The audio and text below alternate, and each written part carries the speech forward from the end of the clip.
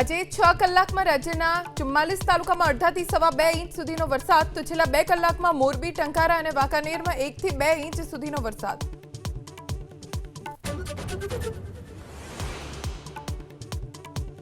અમદાવાદમાં સાબરમતી નદીનું રૌદ્ર સ્વરૂપ, રિવરફ્રન્ટ વોકવે બંધ તો બુલેટ ટ્રેન કામગીરીનો પણ તણાવ સામાન। વટવા, વેજલપુર, દસક્રોઈ અને ધોળકાના લોકોને તકેદારી રાખવા અપીલ।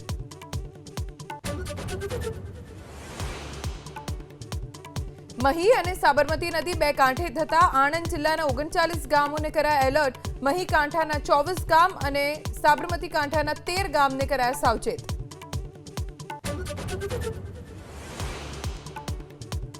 ભારે વરસાદથી રાજસ્થાનના અજમેરમાં જળબંબાકાર, રેલવે સ્ટેશન, રસ્તા અને બજારો પાણીમાં ગરકાવ। બ્યાવર રોડ પર તો વાહનો પાણીમાં ડૂબ્યા।